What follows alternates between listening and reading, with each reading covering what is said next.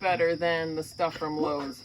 What are you doing? You just taught her something bad, Michelle. Billy, she didn't. You gave her, she is a carnivore. She's not a potato eater. Michelle, don't give her any more potatoes.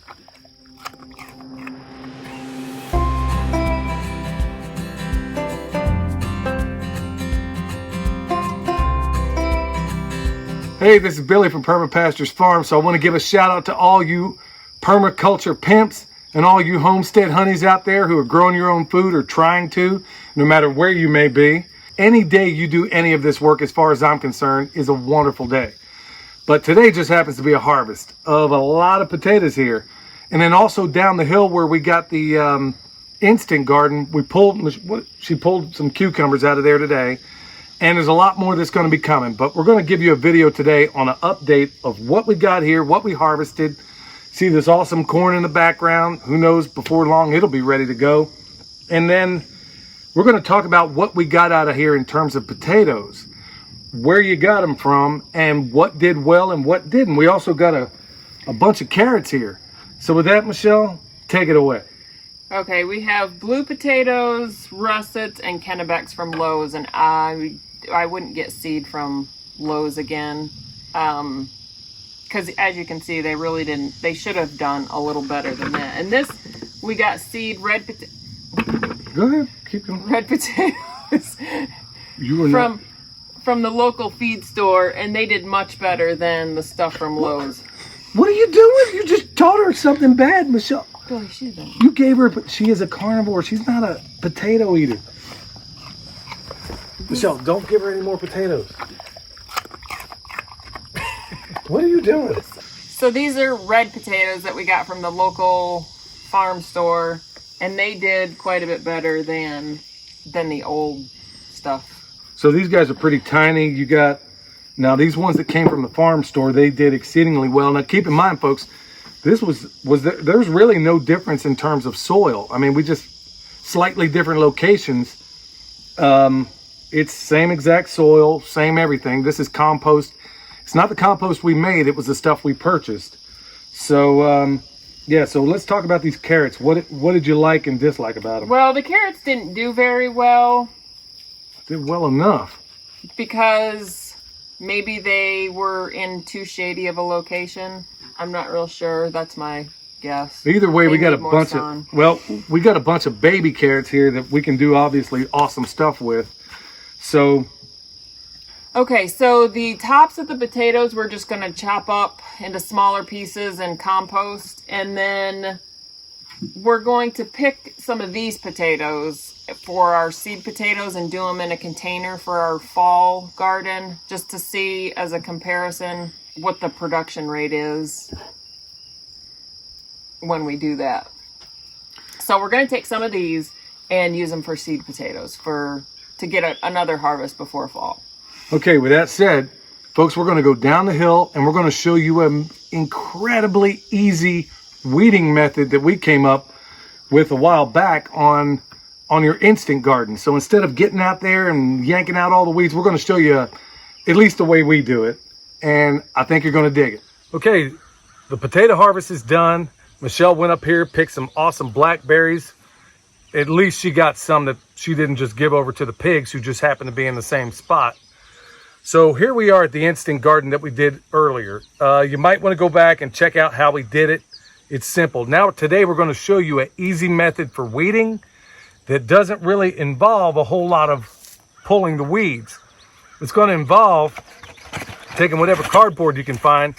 We got a lot of these and I love them because they kind of hold things in place. We use these for so many different things.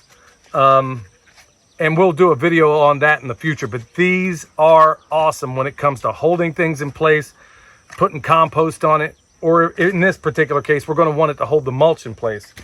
So instead of going out here and doing the hard thing, remember, this is the simple, easy garden, but this is our way of weeding.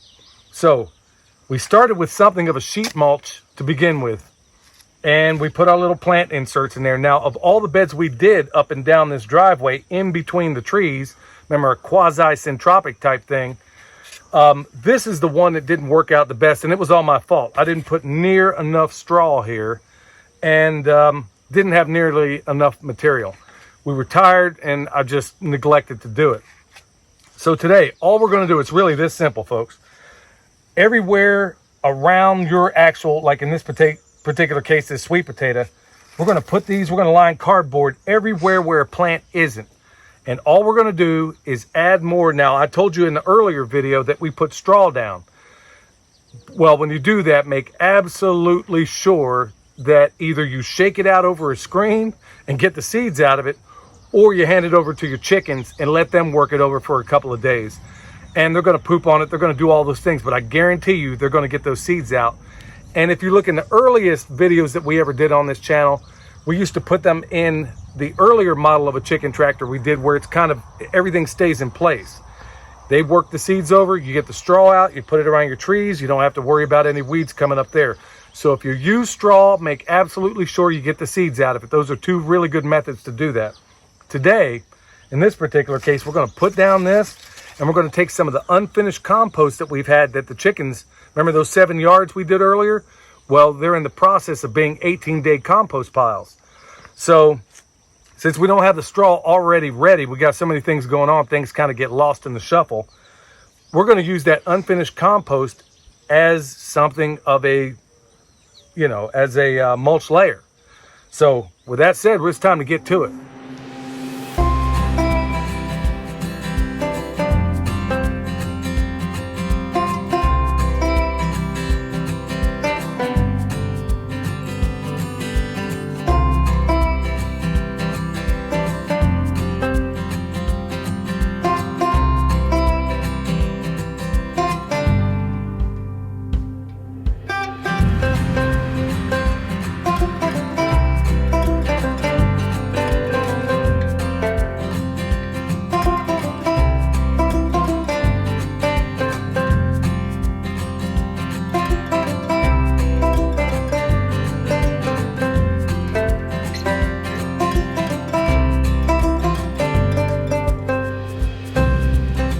All right, there you have it, folks.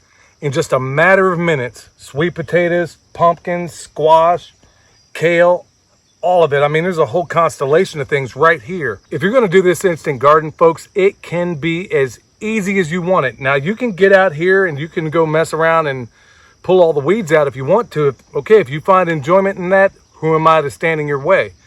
But if you want a simple way to weed this stuff, and most importantly, at the same time, the most beautiful and sublime part to all of this is that we are engaging in a process that is only going to build more soil. Now, from the very beginning, I should have stacked this stuff up a foot high, made the cylinder, put the start in it, and then run away. I didn't do it, as I stated a moment ago, because we were in a rush. But okay, there are easy ways to mitigate all of your mistakes if you want. So, folks, I hope you can use this. It's a fantastic trick. It works.